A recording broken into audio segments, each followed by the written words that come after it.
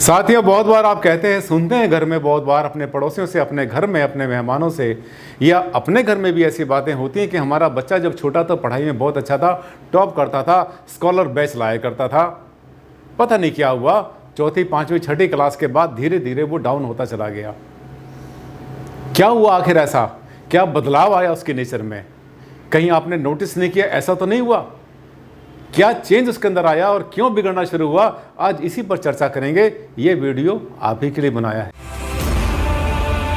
हार्दिक अभिनंदन आप सबका मेरे इस खास कार्यक्रम में। आज हम बच्चों को लेकर जिस विषय पर बात कर रहे हैं, ये एक बहुत बड़ा चिंता का विषय है, हमारे लिए भी, समाज के लिए भी, देश के लिए भी।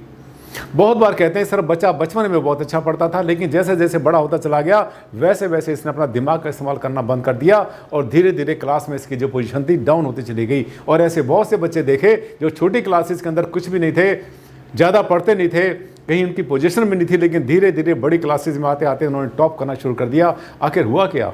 याद करिए, हमारे टाइम में क्या था, अगर किताब नीचे गिर जाती है, कोई बुक नीचे गिरती, कॉपी नीचे गिरती थी, जब उठाते थे तो अपने माथे से सिर से लगाया करते थे, उसको नचारा करते थे, रेस्पेक्ट किया करते थे उसकी। लगता था कि कहीं ऐसा तो नहीं, कहीं माता सरस्वती हमसे नाराज हो जाए।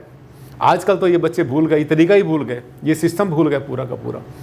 आज क्या करते हैं, बच्चे उसको फाड़ते हैं, उसमें से बना के हवाई जहाज उड़ाते हैं, पेज उसमें से फाड़ लेते हैं। कुछ भी करना है तो थोड़ा सा कुछ काम हुआ तो पेज फाड़ लेते हैं। और मैंने बहुत सारी मदर्स को, बहुत सारी मम्मियों को भी बच्चों की कॉपी में से पेज फाड़ते हुए देखा है अपनी आंखों से। साथियों, जैसा सिखाएंगे वैसा ही बच्चे करेंगे। आज के डेट में ज़रूरत है इस बात की कि आप अपने बच्चों को संभालो और उनको सिखाओ कि कैसे रेस्पेक्ट की जाती है। साथियों, पढ़ाई जो है वास्तव में सरस्वती की एक पूजा होती है। जितने भी शैक्षिक संस्थान होते हैं वहाँ पर आपको पता है कि सरस्वती वंदना भी होती है।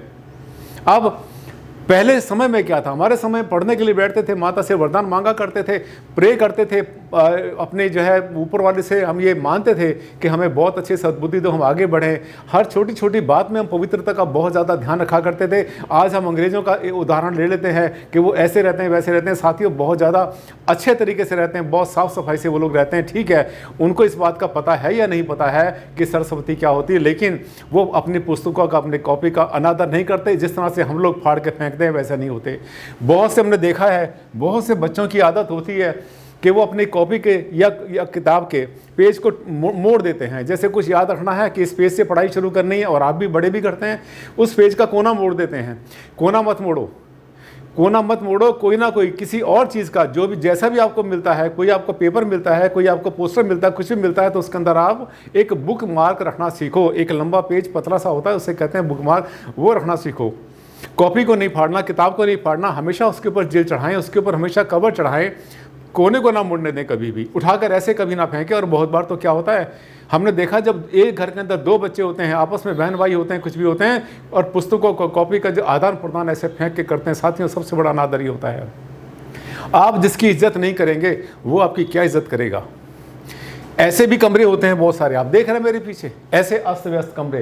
क्या सामान कहाँ पड़ा था, कहाँ फेंका, कैसे किया, ये लगता है कि पढ़ाई का कमरा है। ये ऐसा लगता है जैसे कहीं कबाड़ी की दुकान हो, कबाड़ पड़ा हो कहीं पर।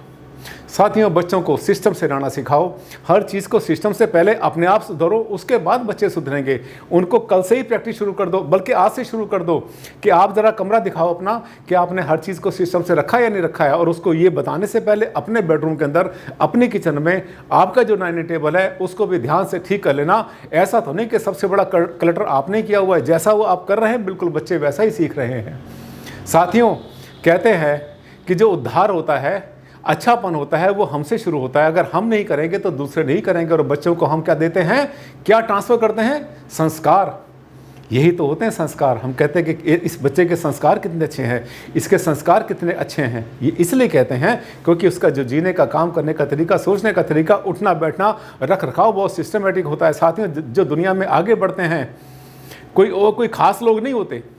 ऐसा नहीं होता कि उन पर कुछ खास चीज़ लगी होती है, बल्कि वो लोग ऐसे होते हैं जिन्होंने जीवन को एक सिस्टमेटिक ढंग से रहना सीखा है। क्योंकि वास्तु बात करता है ऊर्जाओं की।